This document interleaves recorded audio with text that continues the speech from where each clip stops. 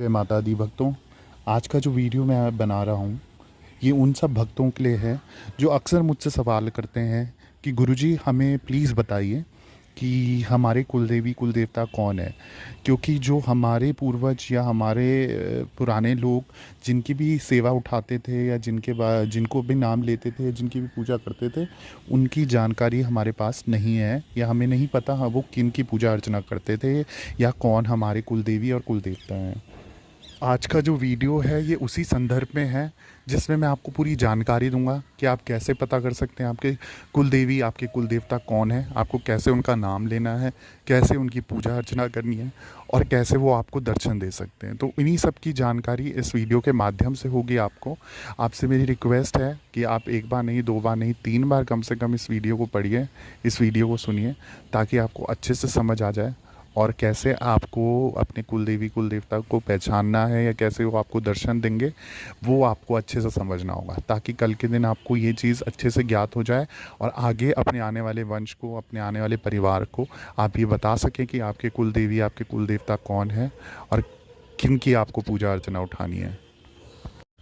तो इससे जो आपका फ़ायदा होने वाला है ये है कि जब आपको अपने कुलदेवी कुलदेवता की जानकारी हो जाएगी, जैसे कि आपके हनुमान बाबा जी हैं, माँ मनसा देवी है, माँ महाकाली है, भोलेनाथ हैं या दुर्गा माँ है, देवी भगवती है, कोई भी शक्ति अगर जिसको आपके परिवार में पूजी जाती थी या पूजी जाती हैं, जो आपके कुलदेवी और कुलदेवता के रूप में विराजमान है, वो आपके लिए आशीर्वाद देंगी, वो आपके हर घर के काम बनाएंगी, सभी कष्ट रोग दोषों को दूर करेंगी। और इससे ये भी फ़ायदा होगा कि आप अपने दूसरे लोगों का भी, यानी कि चाहे वो आपके कोई पड़ोसी हो गए, कोई रिश्तेदार हो गए, कोई भी भगत हो गया है जो परेशान है, उन तक की भी आप मदद कर सकते हैं इस विधान के माध्यम से। तो कुलदेवी कुलदेवता की जानकारी होना बहुत ही अनिवार्य है, बहुत ही ज़रूरी है, क्योंकि अगर हम उनको नहीं पूछते तो हमारी पूजा अधूरी रहती है, अगर हम उनका नाम नहीं लेते तो हमारी पूजा तो भी अधूरी है। तो इस वीडियो के माध्यम से जब आपको जानकारी मिले तो आप अपने कुलदेवी कुलदेवता का नाम ज़रूर लें और आगे भी समझाते रहें कि किस तरीके से क्यों हमारे लिए कुलदेवी और कुलदेवता ज़रूरी होते हैं। वीडियो के माध्यम से आपको पता लग जाएगा कि आपको कुल देवता की सिद्धि कैसे करनी है या उनका नाम कैसे लेना है। उसके बाद ये होगा कि जैसे ही आपकी सिद्धि आपको प्राप्त हो जाती है, यानी कि आपकी साधना पूरी हो जाती है, तो कुल देवता आपके सपने में आके दर्शन दे जाएंगे।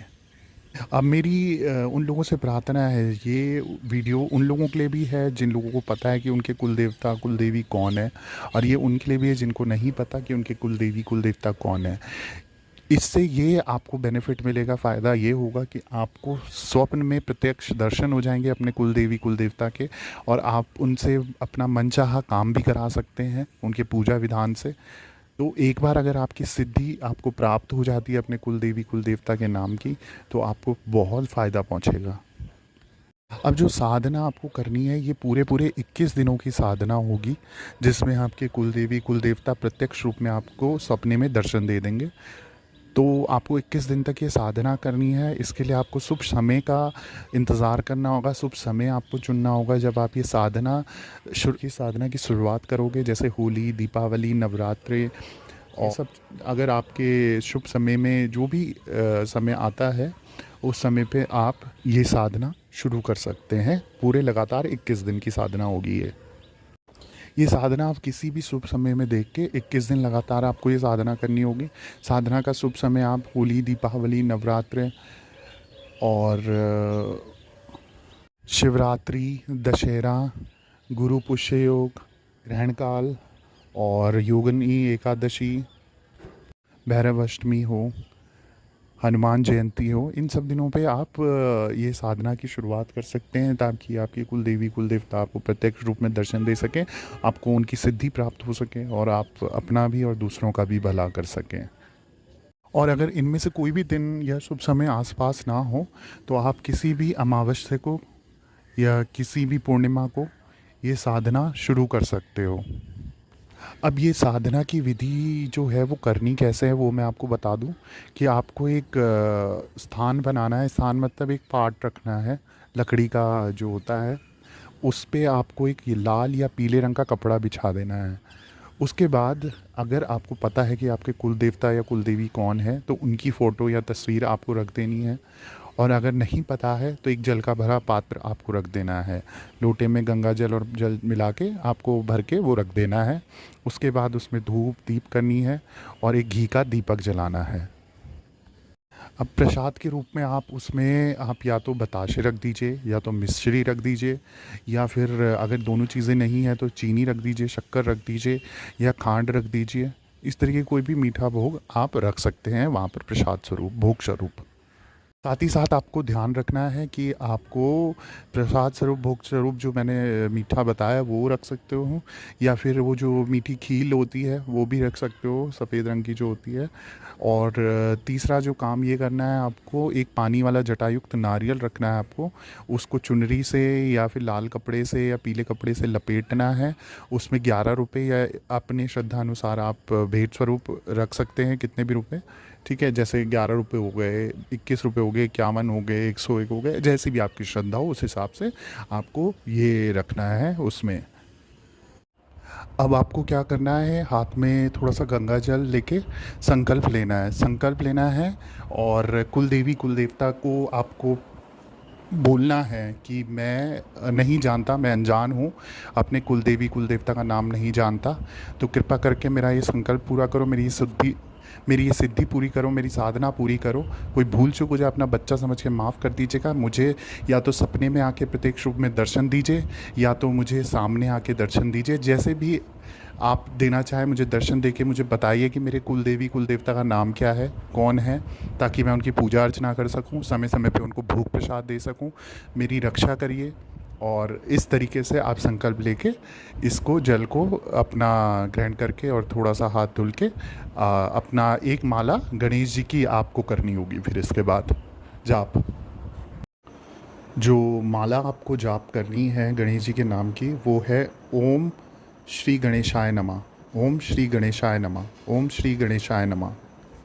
इसके बाद आपको एक माला जाप करनी है भोलेनाथ की, जिसमें आपको मंत्र जाप करना है ओम नमः शिवाय, ओम नमः शिवाय, ओम नमः शिवाय।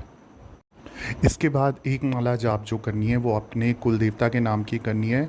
ओम श्री कुल देवता भ्यो नमः, ओम श्री कुल देवता भ्यो नमः, ओम श्री कुल देवता भ्यो नमः। कुल देवता की जो नाम की माला जाप करनी है वो आपको 21 माला जाप करनी है, यानी कि 21 मालाएं आपको कुल देवता के नाम की, जो मंत्र मैंने आपको बताया उस नाम से जाप करना है।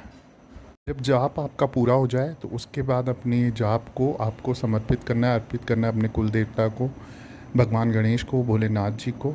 और अगर आपकी कुल देवी है तो उनके नाम से आपको, या सभी शक्तियों के नाम से आपको बोलना है कि जिस भक्ति के लिए, जिस भाव के लिए आप उनका नाम ले रहे हैं, उनसे विनती करनी है कि ये सारी जाप, ये सारे मंत्र जाप मैं आपको समर्पित करता हूँ। आपसे मेरी विनती है कि हम आपके बच्चे हैं, हमसे कोई भूल चूक हो जाए इस जाप में, इस पूजा में, तो हमें अपना बच्चा समझ के क्षमा कीजिए। और हमें या तो सपने के माध्यम से दर्शन दीजिए या फिर प्रत्यक्ष रूप से दर्शन दीजिए, यानी कि समक्ष अपने आके अपनी शक्तियों से अवगत कराइए, अपना परिचय दीजिए, ताकि हम आपका पूजा कर सकें, आपका भोग प्रसाद दे सकें और हमारी रक्षा कर सकें आप।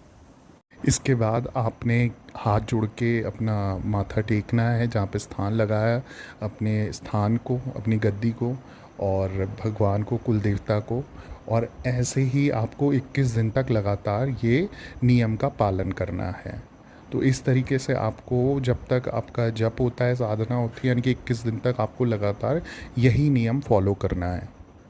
अब जो भी आपने पूजा अर्चना में सामान का प्रयोग करा है, यानी कि एक पानी वाला जटायुक्त नारियल के अलावा, वो आपको 21 दिन तक वैसे का वैसे ही रखना है। बाकी जल का भरा पात्र आप किसी भी पौधे में डाल दें। बाकी जो भोग प्रसाद है, जो प्रसाद बताशे या मीठा जो भी आपने रखा है, वो अपने परिवार में ही आपको बांटना है, किसी बाहर के आदमी को नहीं देना। यानी घर परिवार में जो रह रहे हैं उन्हीं को खिलाना है वो प्रसाद। और जो 11 रुपये आप चढ़ा रहे हैं, या श्रद्धा भक्ति के अनुसार जो भी आप भेंट रखते हैं, चाहे आप रोज़ अलग अलग रख रहे हो या एक ही बार रख रहे हो, एक बार रखने से भी चलेगा पहले दिन में, और रोज़ बदल रहे हैं तो कोई बात नहीं, बहुत अच्छी बात है। वो सब भी आप किसी कन्या को दे सकते हो या किसी मंदिर पे आप चढ़ा सकते हो। अब जो नारियल है आपका, जैसे 21 दिन की साधना आपकी पूरी हो जाती है, 21 दिन बाद आप उस नारियल को फोड़ के उसका जल अपने घर पे छिड़क के आप उस नारियल को प्रसाद स्वरूप अपने घर परिवार में बांट सकते हैं, यानी कि घर के जितने भी लोग हैं बाहर वालों को छोड़ के अपने आपस में आप वो प्रसाद खा सकते हैं, यानी कि वो नारियल खा सकते हैं।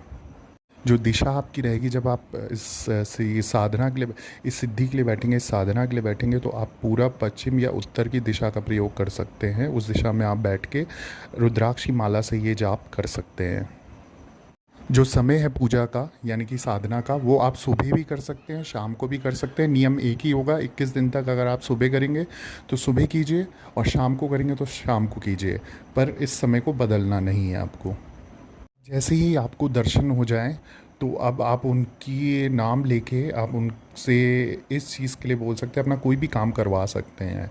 जब आपका काम पूरा हो जाए तो आपको उनसे वादा करना है, आपको उनको बोलना है कि हे कुल देवता जी, हे कुल देवी जी, या जो भी जिनकी भी आप साधना गिरी है उनके नाम से आपको बोलना है कि हम आपको भोग प्रसाद लगाएंगे और हमारा ये काम होने पे हम आपको चाहे 5 प्रकार की मिठाई देंगे या लड्डू देंगे, या फिर आप जो भी यथाशक्ति अनुसार जो भी भोग प्रसाद देना चाहें उस तरीके से दे सकते हैं, या आपके नाम का व्रत करेंगे। जिस भी तरीके से आप उनको बोलना चाहें आप बोल सकते हैं। आपका काम हो जाए तो आपको ज़रूर भोग प्रसाद लगाना है अपना नियम का पालन करते हुए। और दूसरा आपको जो चीज़ ध्यान रखने की है कि अगर आपको, ये तो उन लोगों के लिए था वीडियो जो जिन लोगों को कुल देवी कुल देवता का नाम नहीं पता है। अगर आपको पता है तो उनकी फ़ोटो लगा के उन्हीं के मंत्र का जाप कर सकते हैं। जैसे आपके हनुमान जी अगर कुल देवता हैं तो उनके नाम का, उनके मंत्र का आप जाप कीजिए। अगर दुर्गा माँ भगवती आपकी कुल देवी है तो उनके मंत्र का आप जाप कीजिए। तो इस तरीके से भी आप मंत्र जाप कर सकते हैं। तो मैं आशा करता हूँ कि जो मेरा मैसेज है इस वीडियो के माध्यम से, जो जिन लोगों के प्रश्न थे कि भाई हमें नहीं पता हमारे कुल देवी कुल देवता कौन है, तो आप इस विधि को फॉलो कीजिए और इस विधि विधान से आप कार्य कीजिए। देखिए आपको दर्शन भी होंगे, आपके काम भी बनेंगे, आपकी रक्षा भी होगी और सारे संकट भी दूर होंगे। तो बाकी आप अगर कोई भी चीज़ आपको नहीं समझ आती 1-2 बार वीडियो देखने के बाद भी, तो आप मुझे कमेंट के माध्यम से भी पूछ सकते हैं, या मेरा इंस्टाग्राम का प्रोफाइल है जो डिस्क्रिप्शन बॉक्स में है, फेसबुक का प्रोफाइल है जो डिस्क्रिप्शन बॉक्स में है, तो आप उसके माध्यम से भी मुझसे संपर्क कर सकते हैं। चाहे मैसेज हो चाहे ऑडियो कॉल हो, आप इंस्टाग्राम में मुझे ऑडियो कॉल भी कर सकते हैं।